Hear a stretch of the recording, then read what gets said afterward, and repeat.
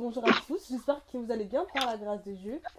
Aujourd'hui, on se retrouve pour un podcast qui est assez spécial sur Question Candide avec une amie exaucée. Et j'aimerais bien commencer un nouveau format de podcast où j'interroge les gens pour avoir d'autres points de vue sur la religion. Et donc là, je vais poser des questions à mon amie et elle va me répondre. Donc, peux-tu te présenter en quelques mots et quel est ton parcours Enfin, pas éducatif, enfin, je trouve que ça fait formel, ça, éducatif. Enfin, juste présente-toi. Ok. Bonjour tout le monde. Je m'appelle Exaucée et je suis étudiante quoi. J'ai 20 ans, je suis étudiante à l'UNIF et je suis en première année de master en sciences de gestion. T'es pas obligé de te dire ça, Exo. Je sais. Ça, ça se voit qu'on est trop à l'UNIF, on est trop formel. C'est trop carré. Sérieux. Même les questions que j'ai rédigées, c'est trop comment décris-tu ta vie quotidienne, mais ça pas, je vais pas les poser, tu vois. Du coup, on va directement rentrer dans le vif du sujet. Est-ce que tu peux nous parler de ton parcours spirituel et des influences qui t'ont façonné jusqu'à présent? Euh, Déjà, quand j'étais petite, là où je vivais, il n'y avait pas vraiment une vie de prière. Du coup, on priait pas. Et au départ, je vivais avec ma mère au Congo avant qu'elle puisse mourir. Mais pendant qu'on vivait, il n'y avait pas vraiment une vie de prière de ouf. Donc, on priait pas limite, même je dirais. Mais après, quand on déménageait, qu'on allait vivre chez ma tante, parce que mon père n'était pas là-bas en Afrique. Et du coup, quand on allait vivre chez ma tante, c'est là vraiment qu'elle nous a fait, en fait, euh, elle nous a appris à prier et à connaître un peu plus Dieu, quoi. Et du coup, c'est là qu'on a grandi, à lire la Bible, aller à l'église, etc. Mais quand je suis arrivée ici en Belgique, c'est là que, au départ, j'étais toujours dans cette flamme-là de la prière. Puis après, au bout d'un moment, ça s'est un peu, genre, ça s'est un peu réduit parce que j'étais un peu distraite avec la vie ici.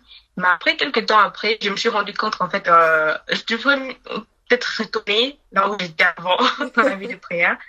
Et donc, il y a plein de circonstances qui ont fait ça. Et donc, j'ai commencé un peu à prier et j'ai commencé à écouter des prédications en ligne vu que je n'allais pas vraiment à l'église physiquement parce que l'endroit où je me trouve, il n'y a pas d'église, il y a plus des églises catholiques et moi je ne vais pas dans les églises catholiques, bien sûr. Et donc, je suis plus de prédications en ligne et en fait tout ça, ça s'est fait vraiment par l'aide du Saint-Esprit en fait. Il m'a guidé dans tout ce que je faisais à suivre en fait les bonnes personnes, à me laisser influencer par les bonnes personnes. Et si on parle des personnes vraiment qui ont influencé ma vie, bah du coup c'est ma tante quoi, parce qu'elle m'a vraiment amené en fait dans la vie de prière. Du coup c'est ma tante et aussi des différents peut-être hommes des dieux, pasteurs, etc. qui aussi ont une influence quoi. Ce sera un peu ça. Et la plus grande influence du coup c'est le Saint-Esprit. Un peu ça. Et du coup, comment tu as fait l'expérience de Dieu et de Jésus dans ta vie? Et est-ce que tu peux nous dire des moments marquants? Ok. Des moments marquants. Je vais ramener ça vraiment du personnel quand ça me concerne que moi. Moment marquant, je pourrais dire par exemple, un jour j'étais en train de prier et je lisais la Bible et je lisais, je ne me rappelle plus si c'était dans le livre d'Ésaïe ou je sais plus où, mais je lisais qu'il y avait en fait les enfants d'Israël qui faisaient n'importe quoi. Mais à la fin, Dieu les disait ouais mais vous êtes mes enfants, je vous pardonne. En fait, il aimait tellement les enfants d'Israël malgré les erreurs qu'ils commettaient. Après la fin, quand j'ai fini de lire, je me suis dit, mais attends, mais pourquoi tu aimes les enfants d'Israël comme ça alors que moi tu m'aimes pas? Du coup, les mecs, je suis en train de les questionner, Dieu les dire, en fait, tu m'aimes pas, pourquoi tu m'aimes pas? Je vois pas que tu m'aimes. Mhm. Du coup, le jour après, ma tante m'appelle parce que j'avais eu un rêve et je l'ai expliqué. Et elle m'appelle et me dit, et aussi, est-ce que tu te rends compte de combien Dieu t'aime en fait? Est-ce que Oh. tu te rends compte? Oui, après ça, euh, quelques heures après, j'ai eu mon pasteur qui m'appelle et qui me dit, Exaucé, est-ce que tu sais combien Dieu t'aime? Oh. Après, là, j'ai commencé à pleurer parce que un jour avant, en fait, j'ai pointé Dieu du doigt, je lui disais, en fait, tu m'aimais pas. Ouais. Et le jour d'après, ils m'ont dit, qu'est-ce que tu racontes? Moi, je t'aime et toi, tu te rends même pas compte, tu vois. Ouais. Et donc, ça, c'est vraiment une expérience vraiment qui m'a marquée jusqu'à aujourd'hui. Même quand j'en parle, j'ai toujours même des larmes dans les yeux parce que c'est vraiment quelque chose qui est vraiment touchant, quoi. Mhm. Et il y en a plein d'autres. Il y en a plein d'autres.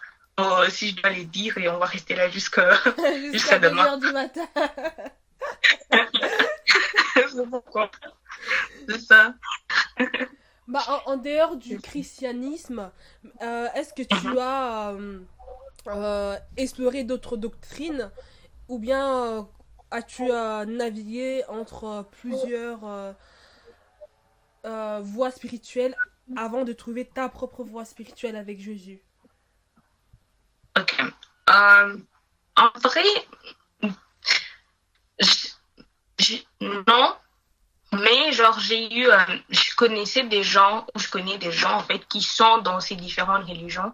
Et donc Mhm. j'ai une petite, pas opinion, mais je vois un peu comment ça marche dans les autres religions. Mais ça m'a vraiment, j'ai vraiment eu l'expérience de ces religions parce que j'ai déjà une petite idée de comment ça marche. Et ça t'a Et pas donné envie de peut-être se dire, ah, pourquoi pas, j'ai envie d'aller quand même voir qu'est-ce que ça dit, essayer d'apprendre leur religion justement. Et enfin, qu'est-ce qui t'a dit, non, là, je reste dans la voie du christianisme en fait. en fait, ce qui m'a fait rester dans le christianisme, en fait, c'est le résultat. Parce qu'en fait, moi, j'ai vécu en Afrique jusqu'à 15 ans, jusqu'à mes 15 ans. Et en fait, il y a plein de religions là-bas aussi, hein, au Mhm, Congo. Il y je a plein de sais. religions. Il y a aussi les musulmans, il y a la religion musulmane. Mhm. Et j'ai bien vu comment les musulmans ils étaient et ça m'intéressait pas trop d'être dans la religion Ok. musulmane. Et même ici, j'ai des amis qui sont musulmanes. Euh, Ça m'intéresse pas trop. Parce que je vois comment les choses se déroulent dans la religion. J'ai une Mhm, petite idée hein, mhm, de certaines choses. C'est pas intéressant si on parle du fait, genre, que oui, on voit par exemple la Bible ou le Coran, ce que tu veux. Ouais. Après, si on regarde les résultats spirituellement, les résultats que ça apporte, mhm. je vois très bien que le christianisme, ça apporte plus de résultats que chez les musulmans, quoi. Ok. Et ça, c'est par rapport Et puis, à... Tu regardes par rapport à tes amis aussi? oui, à mes amis et par rapport à ce que je vois aussi, hein, euh, euh, un peu partout dans le monde, quoi. Ok. Un peu.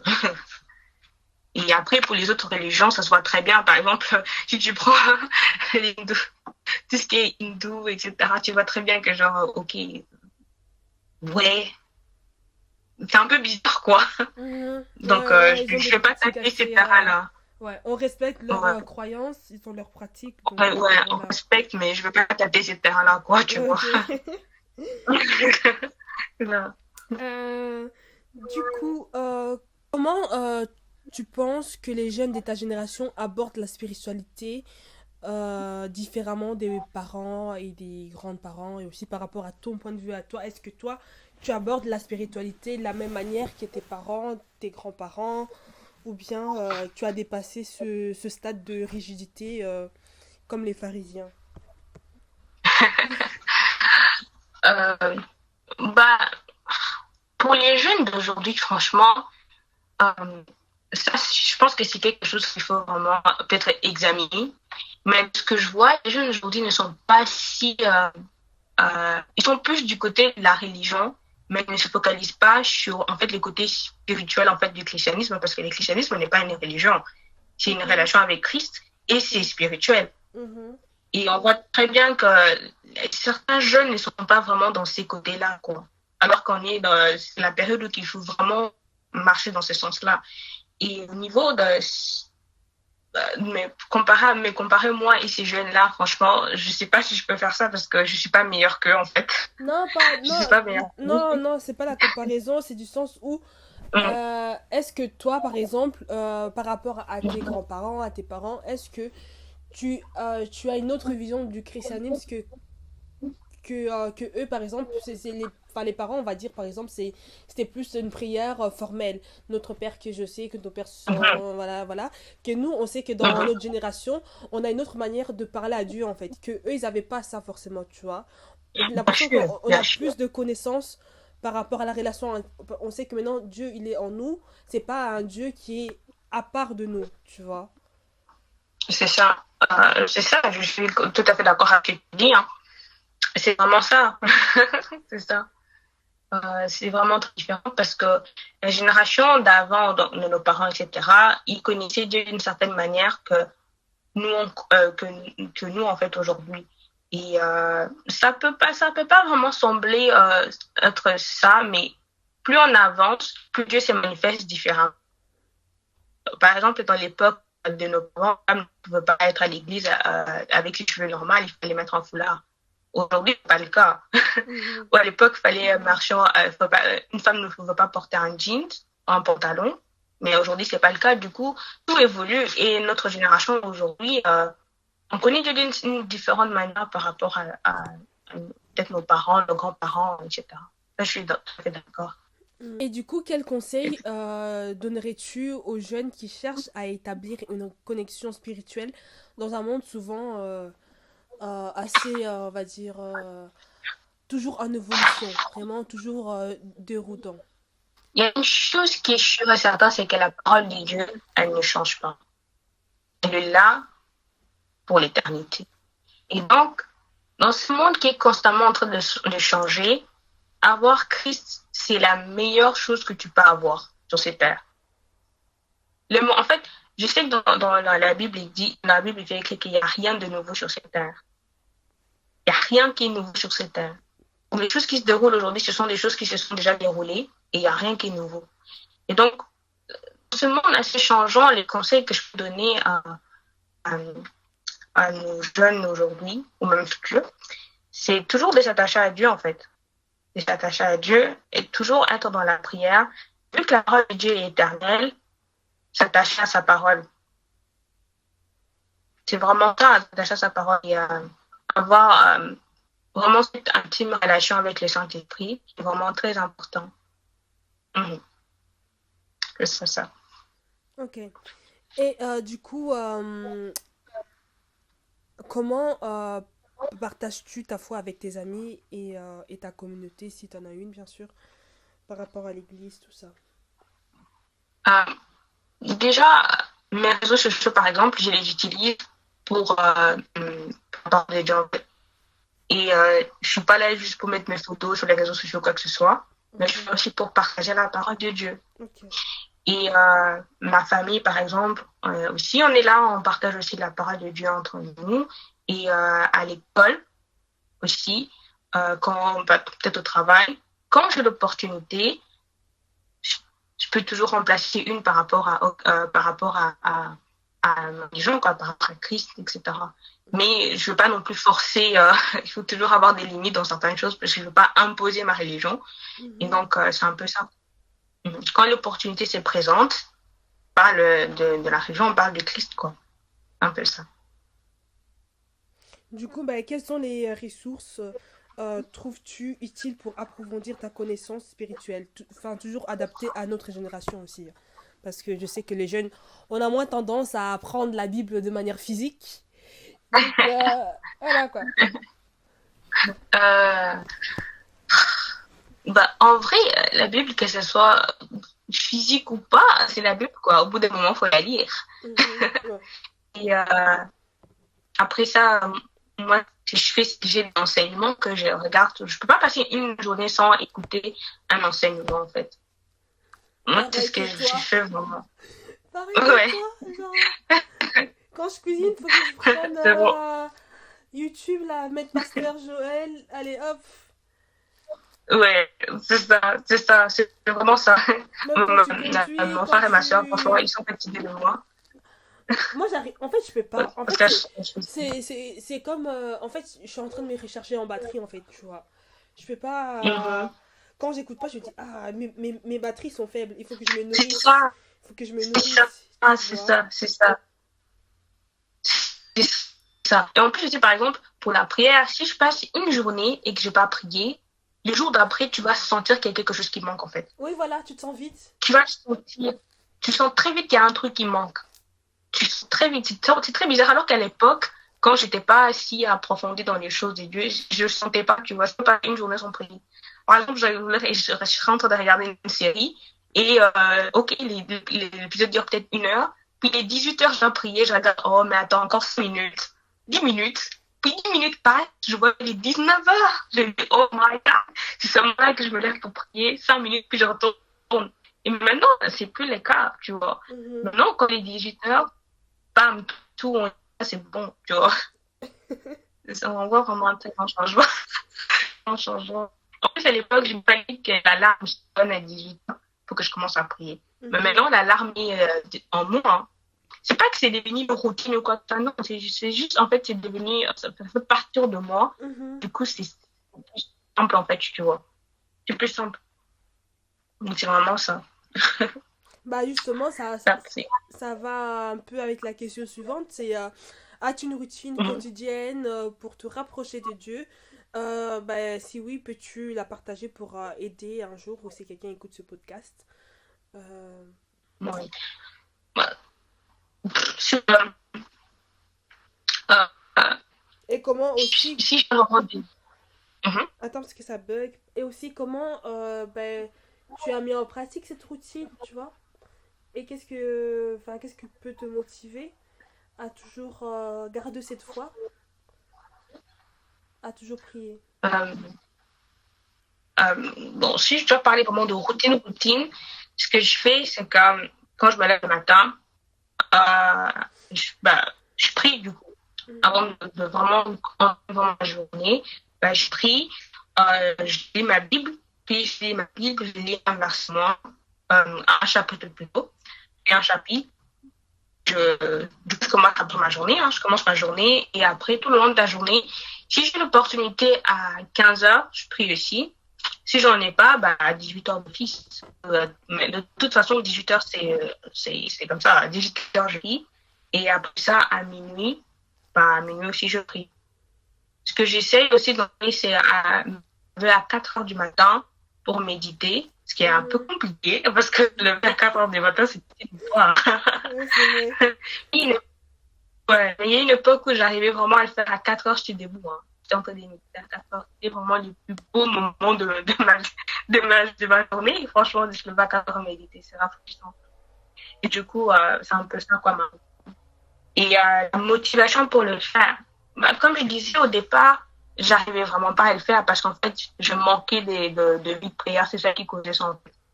C'est parce que c'est pas vraiment une vie de prière soutenue. C'est pour ça que j'arrivais pas à tenir, en fait.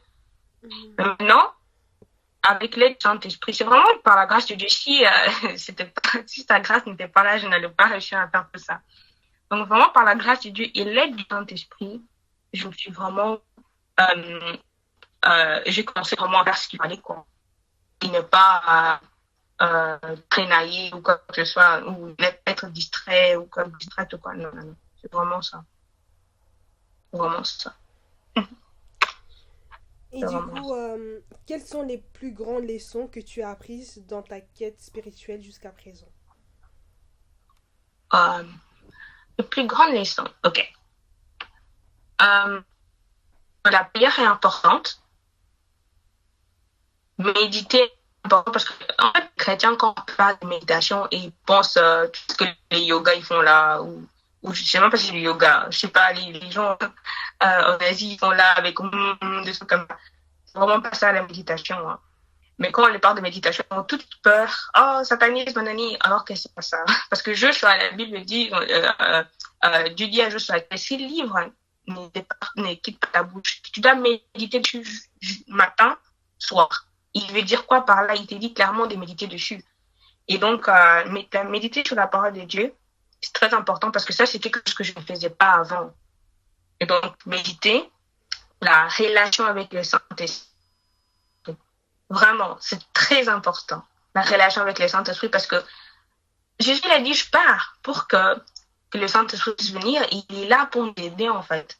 on a tendance vraiment à penser que le Saint-Esprit, il est le vent ou il est une colombe. C'est ça en fait, on a cette Alors, image-là collective. c'est ça. Alors que c'est pas le cas. Si seulement on se rendait compte de combien il est important et de l'aide qu'il nous apporte, beaucoup de gens qui ne sont pas dans la situation dans laquelle ils se trouvent aujourd'hui. Franchement, ça c'est clair et net. Et aussi de lire la parole de Dieu, parce que dans le livre des psaumes 110, psaume 119, si je ne me trompe pas, la Bible dit que sa parole est une lumière à nos pieds. C'est ça qui éclaire notre chemin. Et donc, c'est vraiment important d'avoir la parole de Dieu, en fait. Et de toujours se fier à Dieu. Toujours se fier à Dieu. Ça, c'est vraiment une chose, c'est vraiment quelque chose, se fier à Dieu. Et aussi, j'ai appris que d'éviter d'être émotionnel. Parce qu'en tant que femme, les émotions et la femme font qu'un. Ouais, c'est vrai. Et donc, ouais, éviter d'être émotionnel et mettre des émotions toutes chaudes. En fait, il faut avoir juste une tête claire et un peu se retirer parfois des situations et réfléchir. Éviter d'être trop dans ses émotions. Franchement, parce que Dieu n'est pas dans les émotions. Parce que les gens, ils pensent que Dieu est toujours dans les... Non, non, non, non, non. Dieu, il est juste, il n'est pas dans des émotions. Alors, pas du tout. Pas du tout. Et aussi, que Dieu, il est le centre de tout, qu'il faut toujours le mettre en avant. Toujours les mettre en avant. Toujours les mettre en avant et qu'il est très important. Et que tous les jours, toujours vouloir connaître ou savoir, avoir plus de lui. C'est vraiment ça les leçons que j'ai appris. C'est vraiment ça. Tout mon parcours jusqu'à aujourd'hui. Ok. Mais du coup, on va clôturer ce podcast. Enfin, je trouve que c'était vite. Et du coup, si tu pouvais donner un message à la génération, à ta génération aussi, sur la foi et la spiritualité, quel serait-il? Euh, bah, toujours se focaliser sur Christ parce qu'il est la vie, il est la seule vie. Il n'y a pas d'autre voie que Christ. Mhm. Il n'y a pas d'autre voie que Christ. Toujours se focaliser sur lui. Dans les autres, les gens vont peut-être dire, oui, toi-même, il faut te focaliser sur toi, il faut faire ceci, il faut faire cela, ou il y a ça, il y a ça. Il faut toujours se focaliser sur Christ parce il est le seul, quoi. Et à part lui, il n'y a personne d'autre pour arriver au Père. Et donc, il est vraiment la personne importante à qui il faut se tourner. Et toujours prier, avoir cette relation-là avec le Saint-Esprit. Toujours, toujours. Vraiment ça que je dirais. Vraiment ça. Vraiment. Du coup, quel projet ou aspiration as-tu pour l'avenir concernant ta foi et ton engagement spirituel? En fait, je n'ai pas vraiment de projet parce que, en fait, moi, je vais où le Saint-Esprit me guide, en fait. Ok. Je vais où il me guide, je vais où il me dit d'aller, c'est tout ce que je fais. Parce que dans tous les cas, même pour grandir ou arriver là où je suis aujourd'hui, c'est parce qu'il m'a guidé et il est le meilleur. Il a bien fait, il fait très bien son travail. Et donc, c'est vraiment sur lui que je compte parce que je peux rien faire toute seule, quoi. Et je m'appuie totalement sur le Saint-Esprit et c'est juste ça, quoi. Il qui va me dire quel projet ou qu'est-ce que je dois faire. Donc, c'est vraiment ça. C'est Ok. ça. Bah, c'était super enrichissant, exaucé et merci. J'espère qu'on aura d'autres occasions parce que d'ici là, ben, l'être humain a grandi, on a d'autres perspectives de la C'est vie. ça. Donc, peut-être refaire un autre podcast, mais sur d'autres sujets, ce serait super intéressant. Et Mhm. ben, un grand merci. Je sais pas si tu as autre chose à dire, à ajouter. Non, ça va. Non, ça Ça va, va. ok, ça va. Le Saint-Esprit, il a dit que c'est bon. Donc, ça va, ben. On vous embrasse tous. J'espère que vous avez appris quelque chose. N'oubliez pas d'aimer, de liker et de commenter si vous voulez ajouter quelque chose par rapport à votre expérience à vous dans la spiritualité avec Christ ou bien autre. Et bah, soyez bénis et gros bisous. À la prochaine. À la prochaine.